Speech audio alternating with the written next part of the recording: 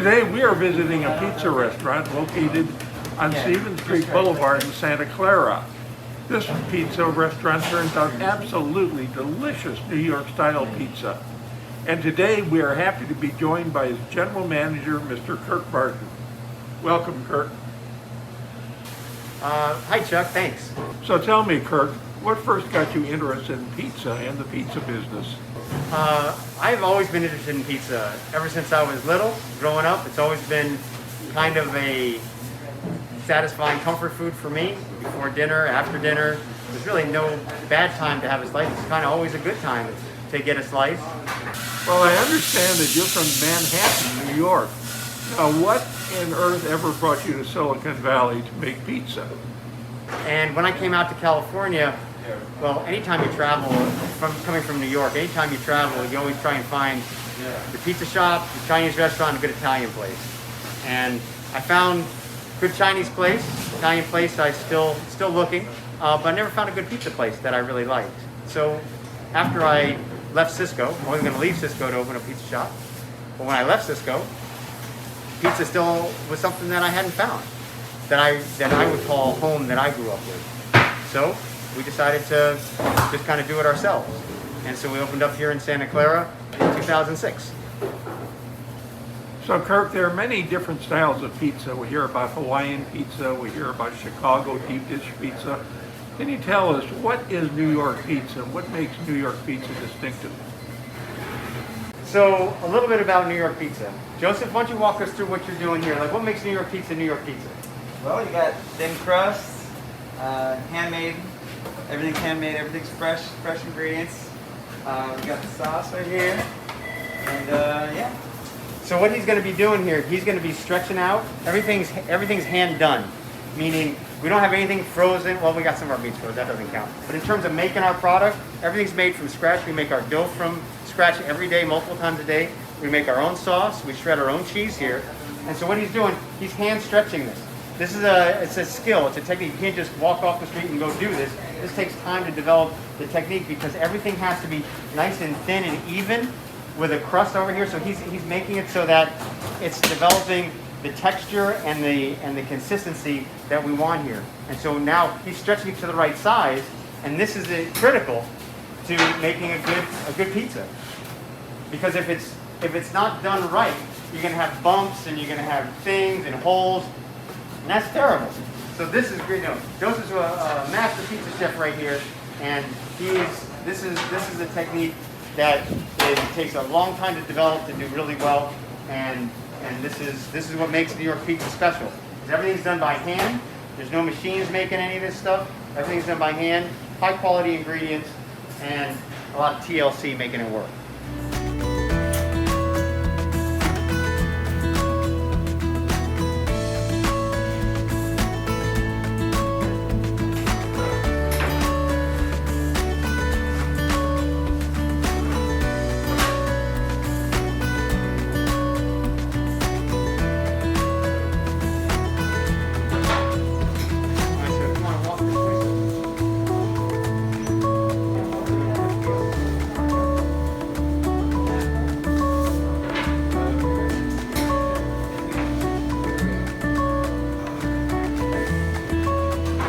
These are brick ovens. They're gas fired, meaning under here there's a burner with natural gas, heats up the bricks.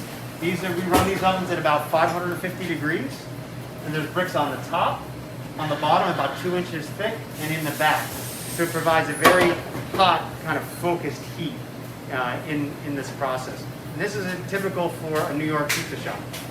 They use what's called a deck oven, meaning there's a deck that you put the pizza on. It's a hearth. So it's designed specifically for bread.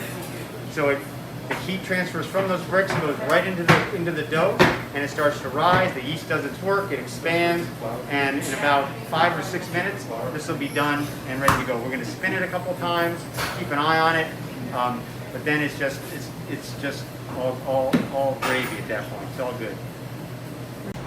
So he's checking the texture, the color, make sure the crust is the right color, so that it's cooked well.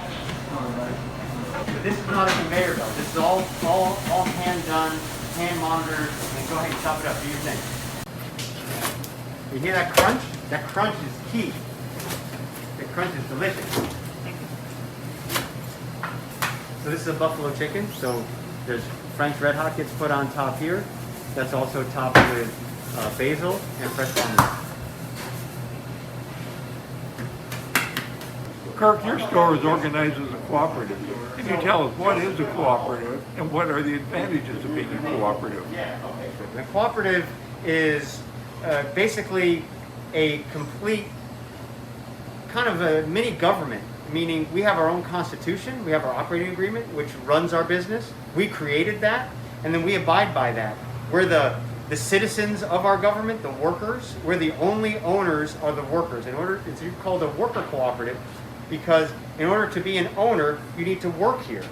And so once you work here, then you can participate in that government, which is our little business. Yeah. And we get to have our own meetings. We make pretty much our own rules. We decide. We vote. For, one person, one vote. Kirk's the general manager, but the owners have a say. We have our committees, like I said, that we decide, how we want this thing to run. Pretty much. And the key part is that I'm the general manager, but I have a vote just like everybody else. My vote doesn't weigh any more than anybody else's vote. And so every member of the co-op is an equal representative of this business. So when you're a member, you get one vote, one person, one vote. And so the committees that Joseph's on the board. He's the chair of our board. He's on our finance committee. He's an officer of the company. He's the treasurer of the company. So business is business in the sense that all businesses have some form of hierarchical. They have a manager, or they have a treasurer, or a secretary, or president. We have all of those things. We have committees. Joseph's on the finance and employee benefits committee. We also have a culture and accountability committee, and we have an innovation committee. And members, there's always a board member on one of those committees, but we also have non-members, meaning non-co-op owners, as part of that. Because not everybody in our business is a member and owner of the business. But all owners are members that work here. You have to work here. You can't be a silent partner and just give money and be a member. You need to work here to be an owner of the company. We made our own rules, pretty much. To become a member, we have our own requirements, our own, standards of what a member should be. How we want things to run. We try to make the most responsible decisions for the company, for everyone. Keep everyone happy. We want everyone to be comfortable when they work here. As far as financially, we just want to do it in a responsible way. So, the most responsible way. Yeah, and I guess the biggest thing to take away is our goal is the business's goal is to take care of its people. That's its number one priority. It's not to take care of an individual. It's to take care of everyone. That's the priority of our business. And today with COVID and all these security or safety challenges with health and sanitation, we responded very quickly to making sure that our team is protected and safe and comfortable working here. That was our priority. It wasn't how to maximize profits. It wasn't necessarily how to get more customers. It was how do we make our team feel comfortable working here, and then they can take care of the customer part. So we take care of our people, and the people take care of our business, and that's kind of how we operate. Yeah, and you can taste it in the food too. That's why the food's so good. So everyone's happy. That's right. Yeah. Well, before I go, I do have one final question. How has your business survived the pandemic? And what changes have you made in your business to ensure its survival? So some of the changes that we made because of the COVID pandemic, one of the first things we did is in early March, I think on March 8th, we actually made every order to go. Meaning, even though we had seating, we had everybody leave with their products. So even though we had seating for people, we implemented a rule to just cancel that and you can pick up and take it to go. And then we also did social distancing with making stripes on our floor so that people could see where to stand. But the biggest thing that we did, probably the most important thing that we did, is on Saturday, March 21st, we actually closed our front door in our Santa Clara location, meaning we actually stopped our customers from coming in because we wanted to make sure that our team was the most protected at that time. This is even before face masks started. We kind of locked our front doors and stopped selling slices. And Joseph, why don't you tell a little bit about the impact that made to our business? Yeah, I mean, it's the first time we haven't sold slices in 14 years, just about. We use the window over there now to get everything in and out. Yeah, no one comes in. We had a display case right here with slices that we moved to the back, and this is our freezer that we brought up to the front that we stretch on here now. We keep our distance between both tables, so one person here and one person on that other table. We just try to keep our distance as much as possible. Yeah, I mean, the health order requires social distancing besides masks, which we started implementing end of March. We started requiring masks internally March 31st, well ahead of any county order. But physically, we separate ourselves here, which makes it very hard for our business to operate because we don't have, usually we work close together and we're helping each other, but when we're separating our business, it's very hard to work efficiently. So it takes us longer to make things, it's harder for us to make things, and our times increase. And one of the real challenges of the newest health order, which is the July 13th one, the July 2nd one, is it limits how many people you can actually have in the business at a time and for safety protocols. And so on a busy night, we can only have 6 people in our business, and that makes it very hard for us to operate efficiently. So our wait times go up to hour and a half, hour and 45 minutes, sometimes 2 hours for a pizza. And a lot of people just don't want to wait that long, and so we lose a lot of business.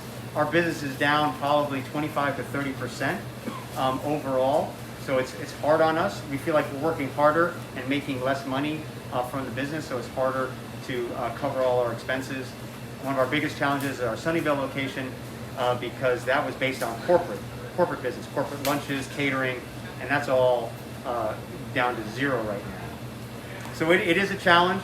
We are thankful that we're able to operate safely and have been focused on safety as our highest priority here in terms of regular testing, making sure we screen each other, keeping an eye on making sure that we're socially distancing in and outside of work, and if we'll go on any kind of excursions or anything, we make sure they self-quarantine before they come back to work, get tested before they come into our business. So it's been very hard functionally and operationally for our business to operate, but we're thankful that we're able to operate because a lot of businesses have not been able to operate. But it's incredibly stressful and hard for everybody, that extra pressure. Yeah, and since we're not doing slices, one of the things that to help with our Lack of lost revenue. Lost revenue. About 40% of our revenue is slices, by the Yeah. way. We're doing personal pies now. So they're 10-inch pies, personal, so for one person. They take not too much time, but compared to slices, I don't know. It takes a little bit longer. Yeah. But, Well, yeah, it's okay. slices are easy because you just come in and pick it up. Everything is now call-in. Nobody can come in and order at the window. They got to call in ahead of time, so that takes more time. And it's not as easy for us to keep the business flowing because every order needs to be prepared ahead of time. Versus slices, we make a bunch ahead of time, and people can come in and buy and transact really quickly.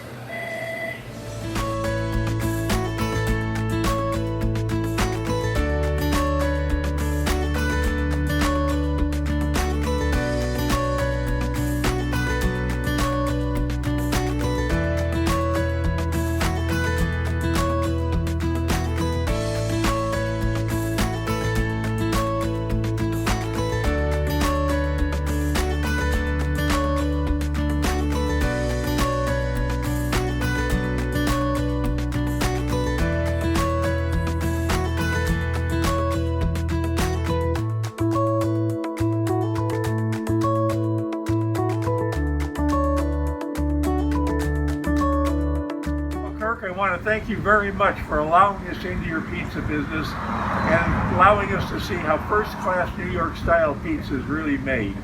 I want to thank you and your co-owners for providing this insight into a neighborhood pizza business. Thank you very much.